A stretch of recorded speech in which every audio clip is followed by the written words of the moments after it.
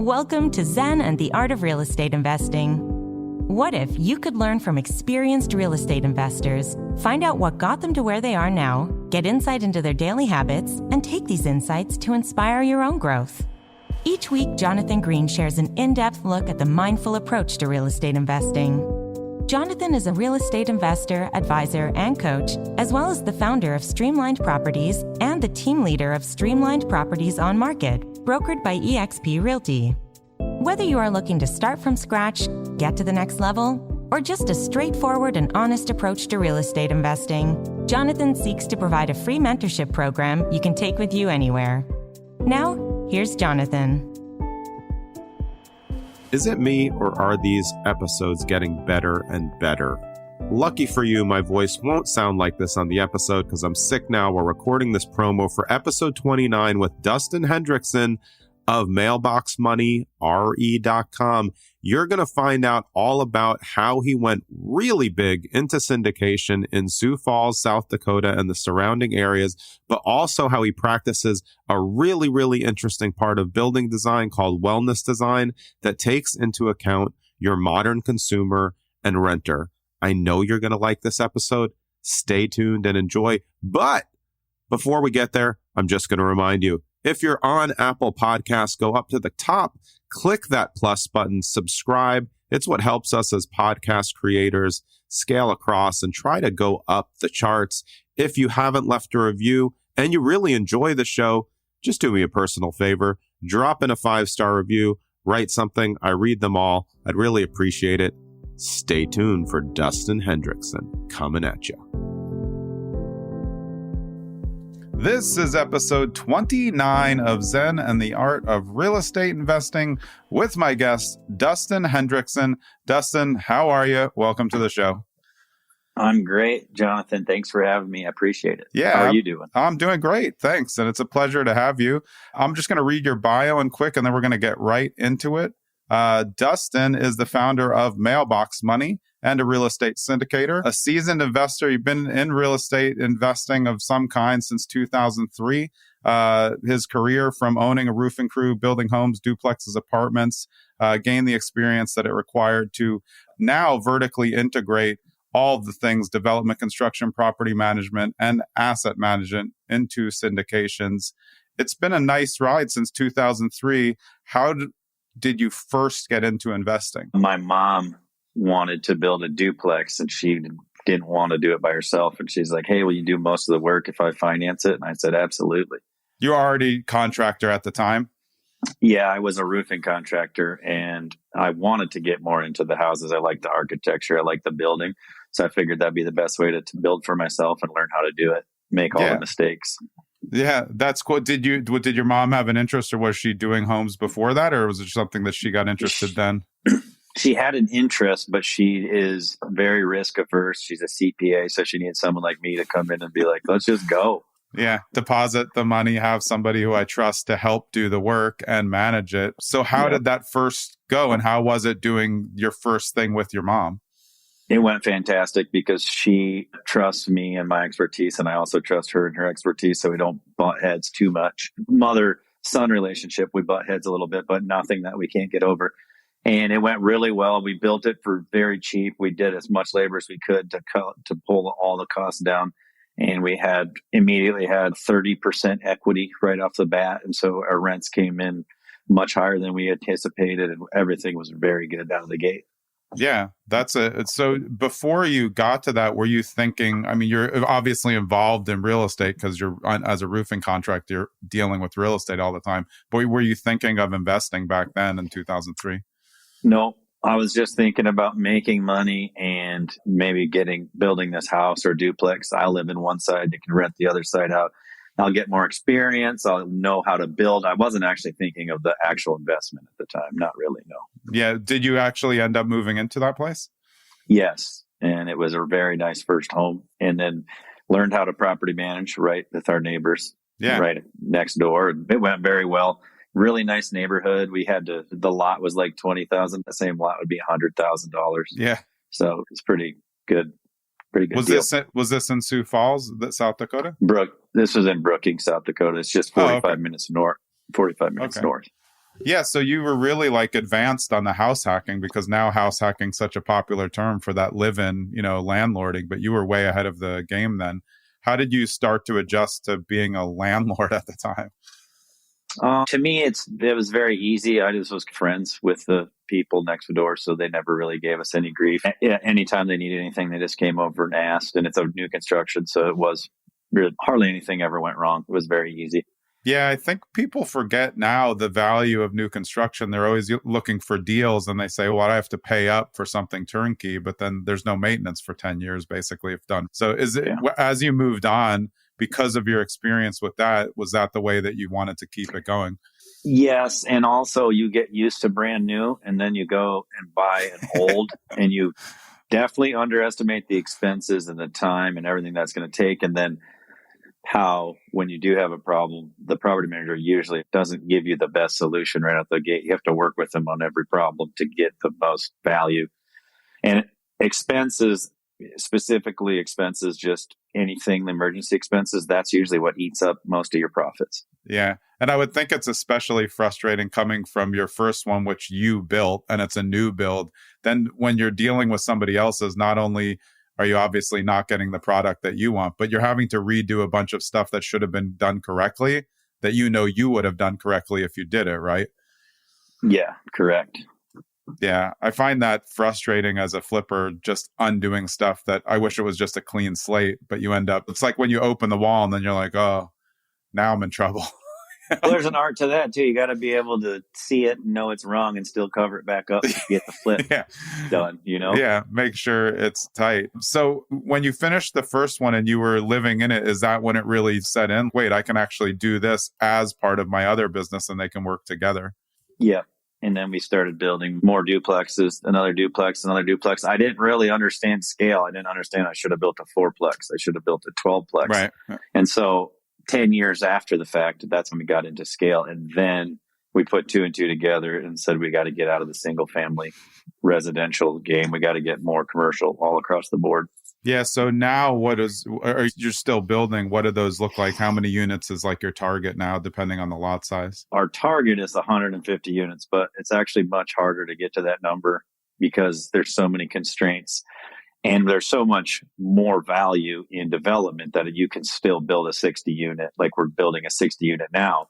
And then across the street, we're going to buy the second parcel and build a 74. So all in total, we'll have 130 some units. We like to do that, but we also don't mind just building 50 units. And even if you can buy 50 units and get a good deal, but new construction, when you do 50 units, it's still good enough. But we try to always target 150, but it's much harder than you would think, with all the different requirements they have with the lot sizes. Yeah. And are you sticking all close to around you in South Dakota? Yeah. I like to focus on fewer areas, high quality areas, and not worry about deals that I miss. And I see a lot of guys getting spread too thin because they'll have one in this town that's 45 minutes away, one in this town that's 2 hours. Had they lumped them all together, they could make quite a bit more. Yeah, your management fees are higher. It's harder to self-manage because you have to move further. Your crews for construction don't want to do the same job, so you're working with different crews or skeleton crews, and it doesn't work the same. One other thing I think is interesting about what you're saying is that I've always promoted what I call clustering, which is just having a bunch of buildings near each other because you can keep raising the value on each other. So when you said like you had a 60 across from a 70, when you finish the 60, you just set the prices for what you're going to do across the street, and they should scale up as you go, as there's more inventory. Yeah. And we set the pricing, and then depending on how fast we fill it up, then we push pricing immediately. If it fills up really fast, it's like, oh, we probably rented these too cheap. And then we try to push the rents immediately on whatever vacancies come available. Yeah. So these all rentable apartments? Are you eventually ever condoizing any of them and then selling the apartments off? Or are these all rentals? All rentals. Condoing I've never been good at making money when I sell stuff. I'm way better at making money owning it, keeping it long term, and refinancing. So to condo it out and sell it. And then if it's a really good building, I'm always sad in the future. Like, why did I sell all that? So I'm not really much of a seller developer. I like to keep pretty much everything. Yeah, I think that suits though. You're staying local anyway. So if you're local, you're building communities. So it's really your community that you're helping by doing it. So why sell it to someone else who might come in and mess it up? Yeah. And then also everyone that's buying it thinks that you built it the same as the crappy stuff. So then they don't understand that you did put a lot of money into it. So I can keep it and get that value out. If I keep it 20 years, I know I'm going to get most of that value. Yeah. Did your mom stay involved until now? Or she just like, look, you're doing too much. Have fun with that. Send me some of the profit. So both. So sometimes she'll join a syndication here and there. But yeah, the deals are too big.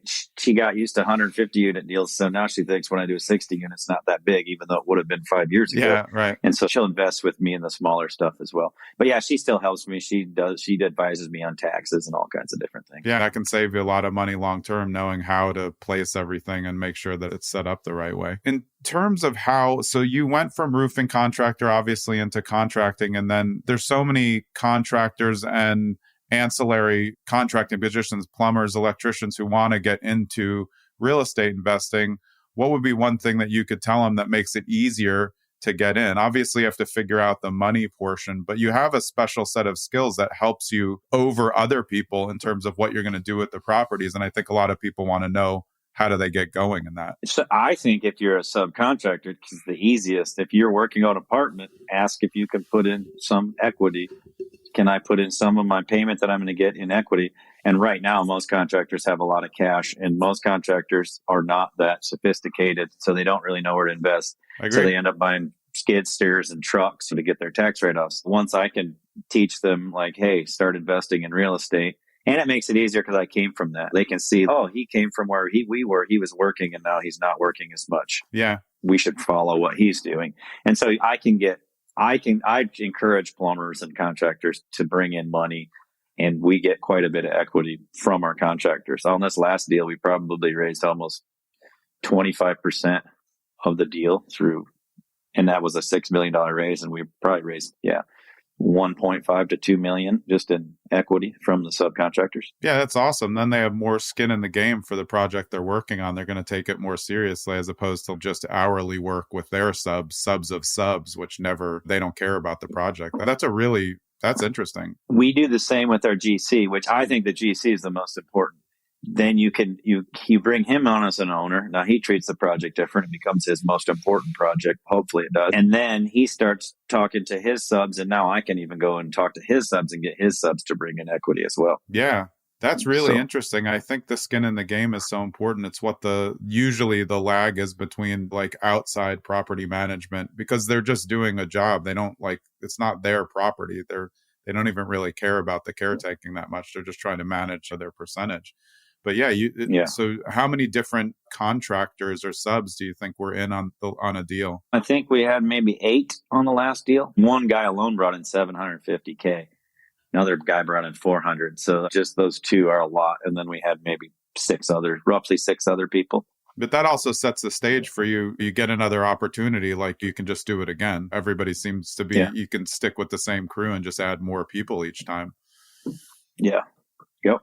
Yeah. So what was like the turning point for you to scale when you started with the twin, and then obviously there's something that happens where you're like, oh, we can go bigger with this?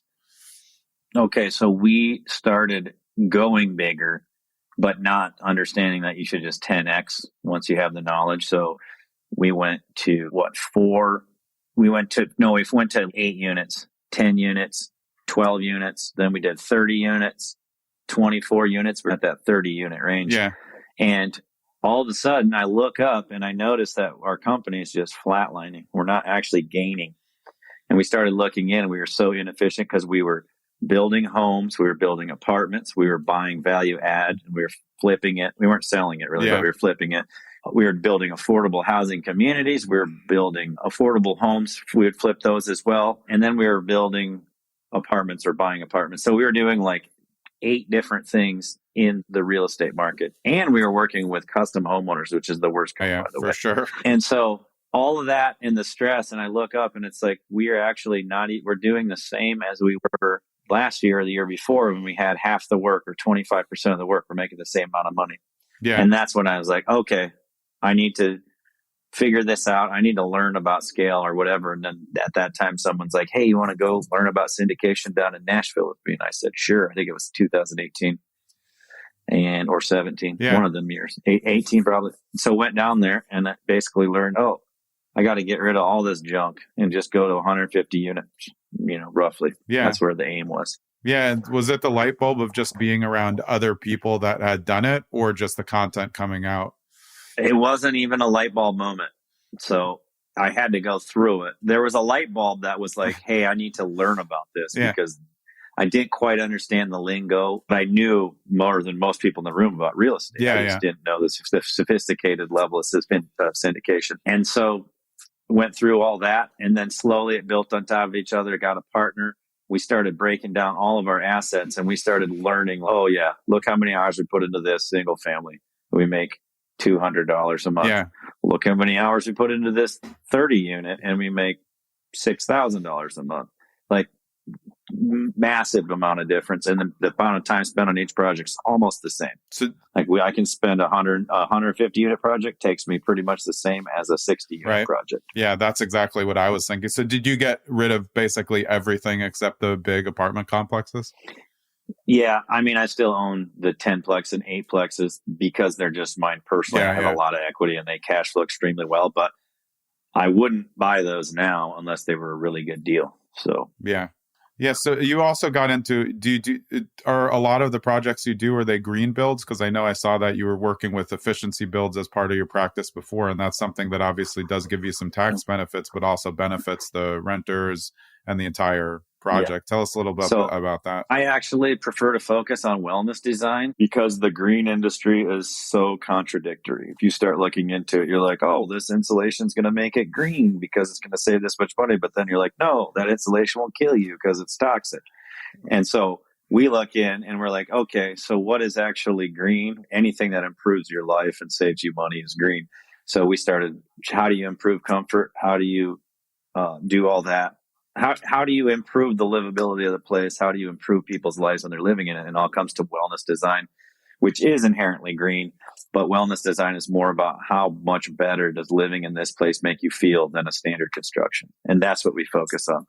Yeah, mainly it's natural light, honestly, is the biggest factor. Yeah, that's awesome because I agree with you. I feel like the green industry, once it became an industry, now everything needs to be certified and fake, and there's lobbyists around it, and it makes it just much more difficult to know, are we really all doing this for the right reason? Do I need this to be some fake certification when you can do what you're saying? You're trying to figure out. So are you doing this wellness design for the whole community? And then also obviously apartment by apartment in terms of how you're setting them up? It's more the actual individual unit is the most important, but then the whole community reflects the units anyway. But it's a passion of mine because I just know how much better it is to wake up and live in a wellness designed home. It's not even comparable.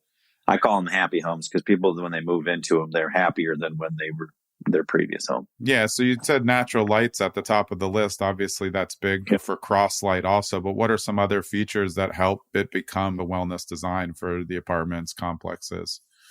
Well, the heat, right? So if you're just going to throw on a standard HVAC equipment and throw the AC unit out on the deck and take up half the porch, that's like the cheap way of doing it. So we like to use better HVAC systems that aren't necessarily forced air either. And so then it's a better heat. It's a more even heat. And then quiet comfort is huge. So we insulate a lot and we do as much as we can to reduce noise. Although density, you're just going to get some noise here and there.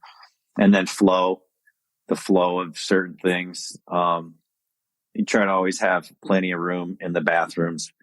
Always do islands in the kitchens if possible. Yeah. The flooring is usually always it's a raw. We try to bring in more raw, real type woods. Yeah. And then we love white on white. The brighter interiors, the nicer you feel. If you match natural light with light colors, you're definitely going to feel better, especially obviously South Dakota, pretty heavy in the winters. So the natural light can help balance that out, I think, for everybody. That's really interesting. I think that probably most people building apartment buildings aren't thinking like that. Does it help you on your future value and pricing just in terms of why people are coming there? Yep. So our lot, when we walk into our units, there's literally zero inventory that you can compare it to. So if you get we stay right on top of the trends, and the majority of the apartments are old. And so right off the gate, we're in the top 10%. And then when you compare with that 10%, we are able to be at the top of that 10% as well, because we use larger windows. We pay more attention to what people want at this exact time. And it improves our occupancy massively because everyone actually wants to live in these units. Yeah. And we can build smaller square footage because it feels so much bigger than normal that they don't really understand. They just see, oh, it's a one bedroom. They don't understand that this is 600 square foot and the other one is 700 square foot. And so we can charge the same or more. Yeah, so your price per square foot is going to be much higher than the crappy apartments by far. But I think you're talking about things that are aesthetically based, like flow. The flow of a house can make someone feel, like you said, so much more comfortable living there in way less space because you're not bumping into things, because somebody thought about where to put stuff, the functionality, instead of just mass constructing it. And I've been in plenty of just even everything, townhouse, apartments, condos, where you're like, why did they even do it like this? It makes no sense. So I do think that it must help you scale, because even the builders who aren't thinking like that, even when they build new stuff, it's still not going to compare, even if it's newer. Even if they're 5 years newer than you, it's just newer, but the functionality is not going to be close. Yeah. One of the things the apartment guys do is they immediately make the windows smaller. When I design a project for someone, almost immediately, the first thing that goes is windows get smaller. So right away, they're cutting all the glass that I put in there down to try and get it to budget. And so that's one thing I always push for is massive windows, and it pays for itself through the pro forma over and over. We literally have 100% occupancy. So it's really tough for us to find where we're supposed to be as peak rents, because we still end up being at 100%. And you're not supposed to ever be at 100%, but it just feels like we're always there. But then I feel like the tenants always feel they're getting value because they know it's fully rented. It's like hard to get in there. Then you have a demand spectrum. And if you want to go up, nobody's going to say, oh, why are you going up? We're at 100%. So we can. Yeah. Yeah. That's really good. So I guess you never transferred that into single families because you didn't go back. But I think there's a lot of failure in flipping and new home construction that are passing on the kind of well-being model that you're talking about. Yeah, I did it with houses and it didn't work as well because people want to pay per square foot on a house, which is a little bit weird, right? People first in an apartment, somehow they don't really figure that. But on a house, it's all about price per square foot, and no one wants to pay the top dollar per square foot unless it's a perfect location. And most perfect locations, you're not building new houses in. Yeah, I couldn't figure out how to make any money selling houses. I think I would always encourage everybody to do not build houses for sale. And if you do want to build houses for sale, keep them for 5 years and then sell them. And that's really the only way to make any money in that housing market. Yeah, that makes sense. You want to get the first 5 years for yourself, get the appreciation as well as the rents. Yeah, I do. I think it's hard. You mentioned something interesting also about the noise factor. And I think in any apartment complex that has multiple floors, noise is always going to be an issue. And like you said, density is still there. But if you can do things to reduce the noise, then that to me as a landlord or property manager just means I'm getting less calls. I'm getting less calls about Bobby and Sally upstairs, tap dancing on the floor or whatever. And my goal as a landlord has always been to get less calls by providing a better product. And it sounds like that is right in line with your philosophy. Yeah.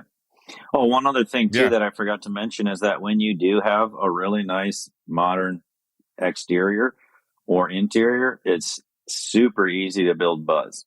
Yeah, for Everyone starts talking about it, and it's super marketable. It goes well all over Instagram, social media. You can use it for your backgrounds and your videos, and you build the buzz, and then that also improves your occupancy as well. You don't really need all the expensive subscriptions. Yeah, and one other really good thing about the way that you've done it in terms of clustering around your local market, it's people wanted to get into one complex and it's sold out. They know you have something, you can say, we have 72 units that are finishing like over in this part of town if you want to get on that waiting list. Do you end up with waiting lists for projects as they're coming to be ready? Yes, we do have waiting lists, but I've found out that the waiting lists don't really matter. We can pretty much do the waiting list, do all that stuff, or we can just release 1 month prior, just fill the whole thing up instantly. Yeah. Oh, yeah. With the amount of buzz that we build. With the way that you guys build, if it's a complex space, are you releasing all the units at the same time, or do you ever do them in shifts?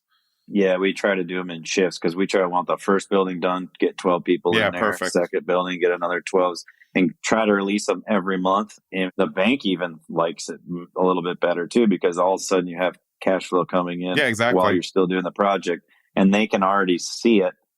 They don't get nervous because you're already showing them cash flow long before the project's even supposed to be delivered. Yeah. And they're like, oh, okay, great. And then they don't even hardly question anything from that point. Yeah. Are you raising the price in between the shifts on the units? If you go in 4 blocks or 4 quarters, does the price go up for the second block? On the next one, it will. This last one, we had 3 of them and we pre-leased, so we didn't really do it. We didn't realize the demand is going to be so high. Yeah. Our 4th building that came online, though, we raised 10% and we're still getting it. Yeah. I mean, if you just think about developments for sale, that's how they scale the most. If they're building like whatever, one of the big companies building 100 units, they're going to, they'll sell the first at a real pre-price so people can pre-buy. Because in Florida, a lot of people I know were pre-buying condos and like high-rise buildings before it started. And then like just when they break ground, they would sell. But then the next person would also sell before it's done because the market was so hot for that. But it's interesting because you're keeping them as rentals, but I still think it's not like you can charge so much more because the rent differential is not going to be great. If you have 12 more units and you get whatever it is, $25 more a month, that's going to turn out to be a lot over the long term. Yeah. Yep. Today's episode is brought to you by Streamline Properties On Market, brokered by eXp Realty. That is actually my on-market real estate team. We have close to 50 real estate agents in 4 states, primarily in New Jersey and Pennsylvania. We work with traditional buyers and sellers and all investors, no matter what you're looking to do in real estate investing.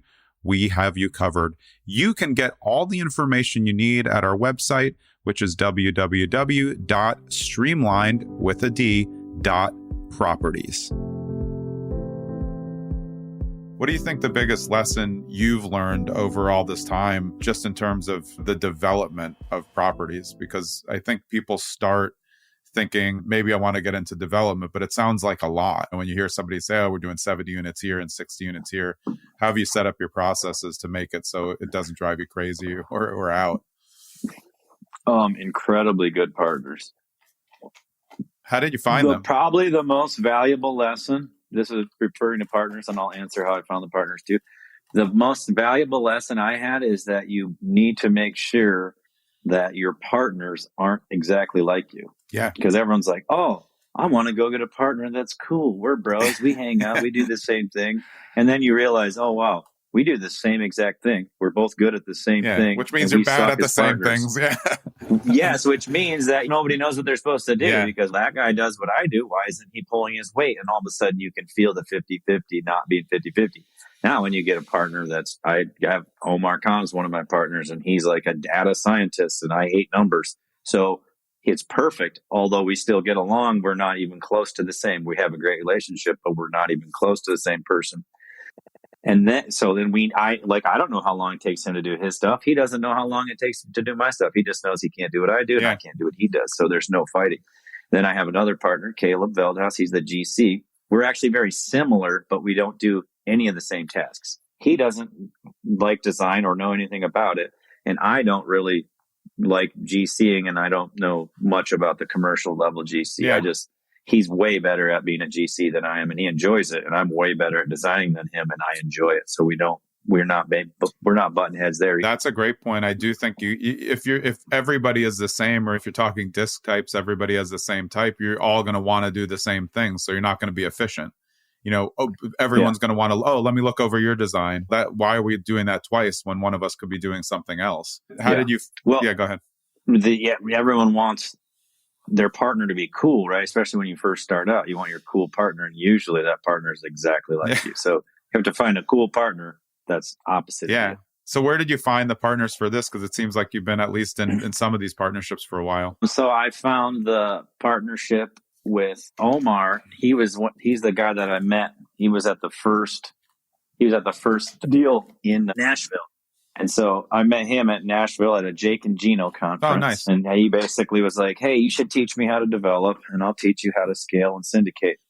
And so that worked fantastic.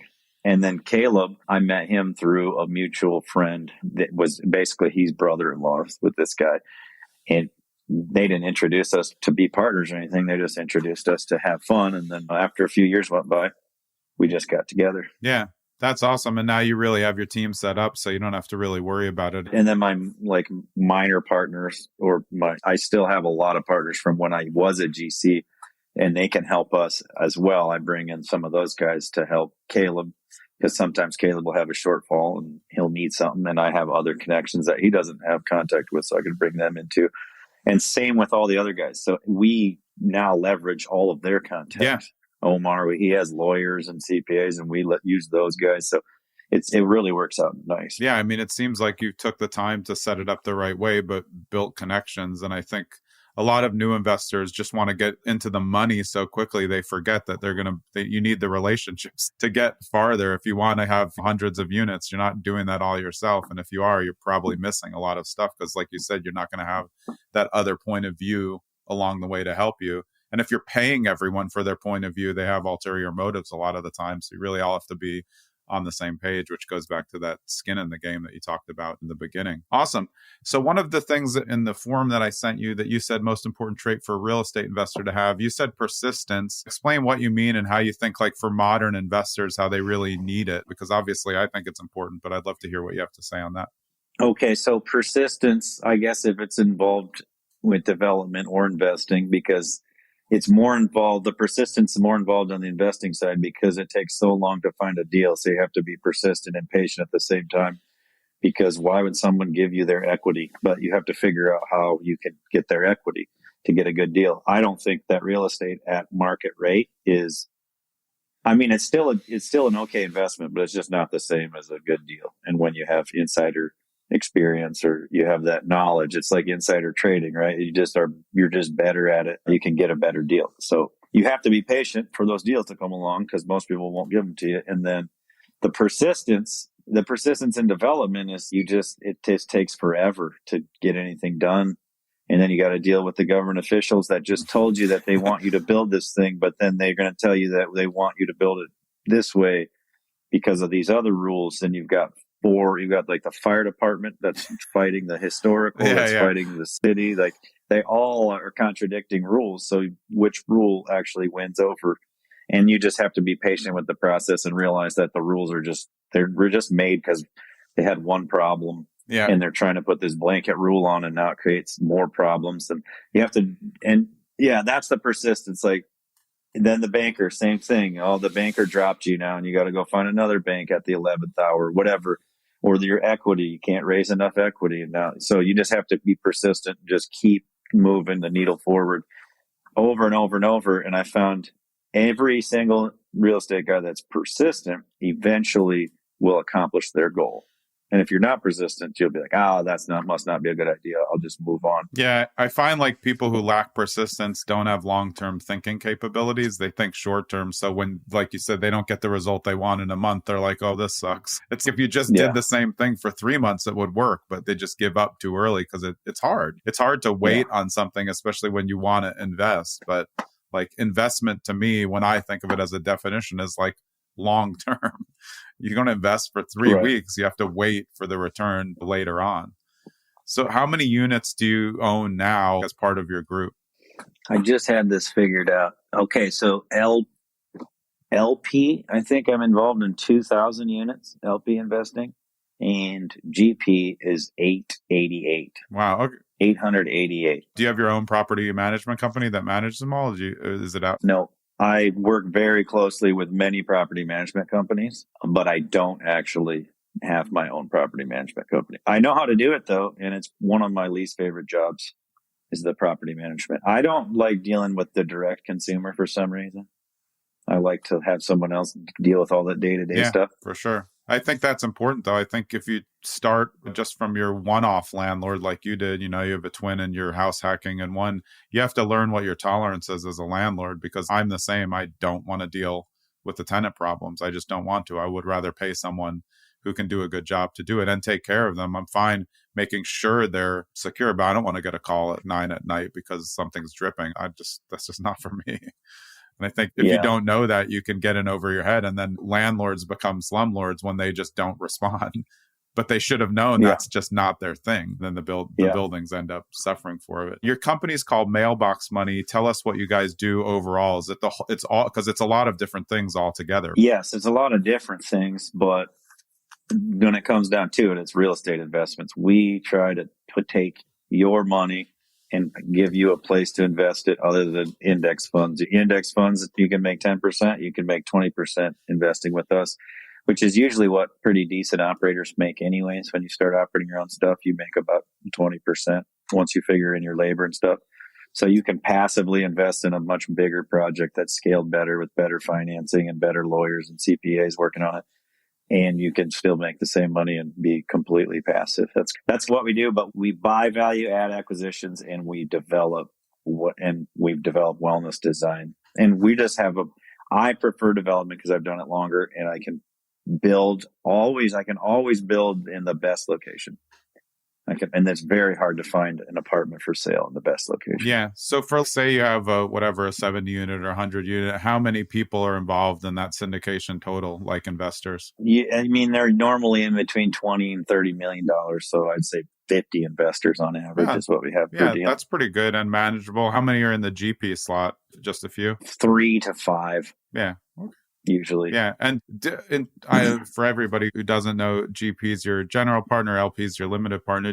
What's the limited partner's access? I know we were joking about it before on the pre-call. Are they really intended to be silent in these deals? Yes. So what we tell them is, hey, you want to ever give us any input, you can. If you have any questions, ask. And I literally get zero input. Once in a while, the people will be like, hey, when are you going to sell? When's it going to refinance? When's something going to happen? Like just a money event. We send out monthly updates, so they're always kept abreast of it. But I have not gotten any real input yet from an LP. Yeah, that's smart. It means you're running. Their expectations were set in the beginning for you're going to get a return. Is this what you want? Yes, I'd like a return. And then if the returns come in the time frame that you said, there's really nothing to email about. And like you said, getting a monthly update is enough.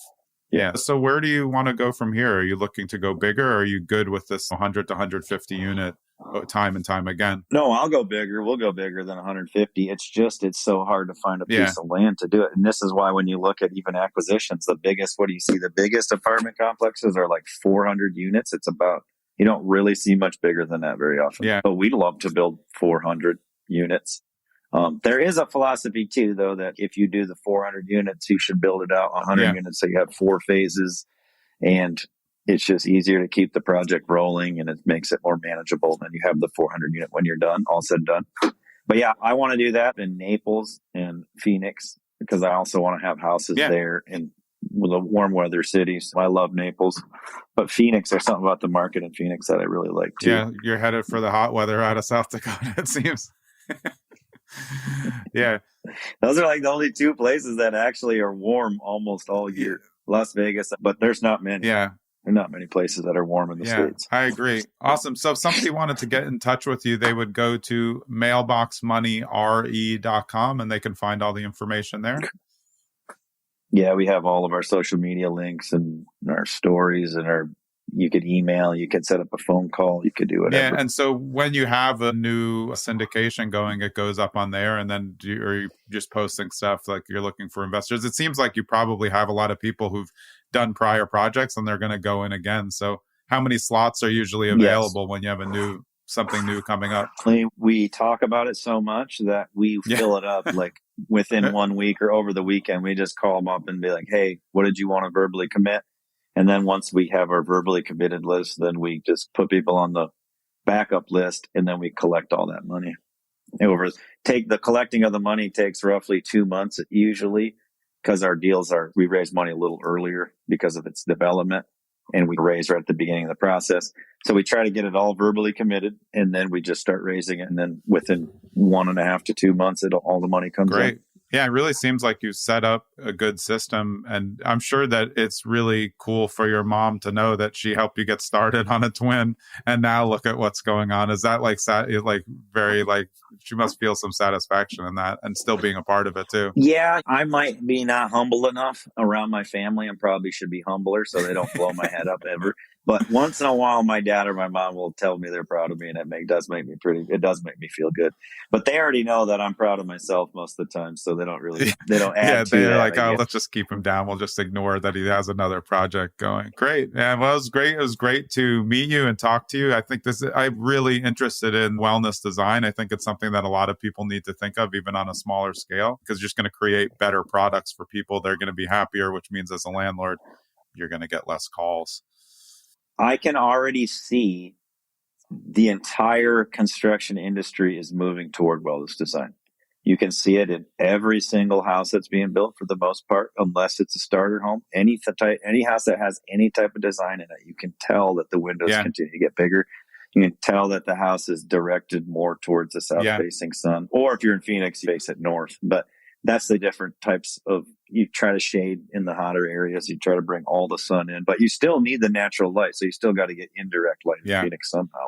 But yeah, everything is going toward wellness design. Yeah. Don't you think that was heavily influenced by the pandemic? All of us were shut in for 2 years, that it's like, we need other stuff if we plan on being home more. What if this is going to happen again? We're going to be in our houses.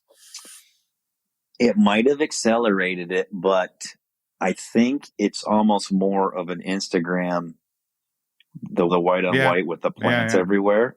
It's almost like Instagram started it. And then once people realized that having bigger windows and patio doors is actually much better, and everyone that comes over sees it, and then now they start upsizing their windows on their projects. I just see bigger windows going in everywhere and much more attention to detail. I love junking 2 old windows and putting in a bay window. Nothing's better. It's just way better to look out of also. It's just, it feels better. It really does. Yeah. Also, the grids. There's another thing. Like, grids were like, everyone would put grids in the windows. Right now, grids are getting pulled up like crazy because no one wants to look through. We were just at a house giving a consultation, and they had like high windows. They were like up really high, and they had grids in them. And that really makes no sense. What are they even for? It does nothing. It's just obstructing my view. Strictly looks. I hate them though. Yeah, strictly aesthetics. But it's only aesthetics from the person. On the street. You're right. Exactly. So you're ruining your view, so someone outside they can drive by your grid, which they probably. That's ridiculous.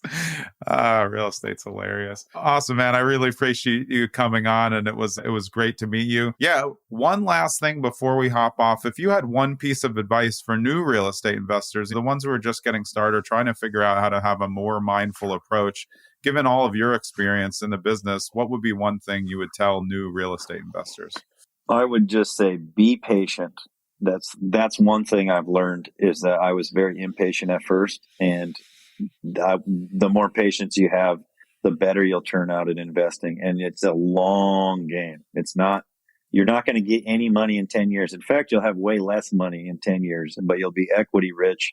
And then in 20 years from now, then you can start reaping the rewards. But it's a little bit painful to buy real estate at first. You basically buy yourself a job most of the time. You save up all this money, and now you have more work to do. And, your wife's complaining that we're doing real estate, so to have more money, and you keep pouring money into it.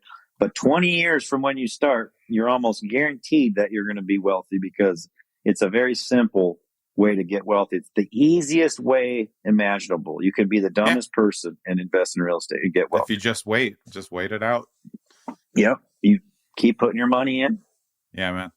Awesome. Great stuff. I appreciate it. It's great to meet you, and I look forward to staying in touch.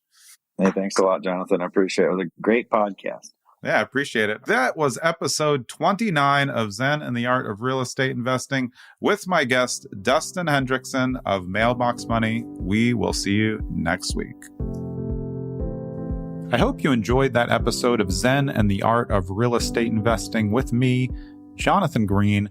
And I just want to remind you, and this is always an uncomfortable part, I don't want you to think that I'm begging for you to like, subscribe, follow, do whatever you have to do for the podcast, leave a 5-star review. But if you like the podcast and you think it adds value in the real estate investing sphere, then just do me a personal favor. Like the podcast, follow it, share it when you can with your friends, and be so kind as to write a 5-star review if you believe it deserves a 5-star review up against what else is out there. I would really appreciate it, and I hope you keep listening.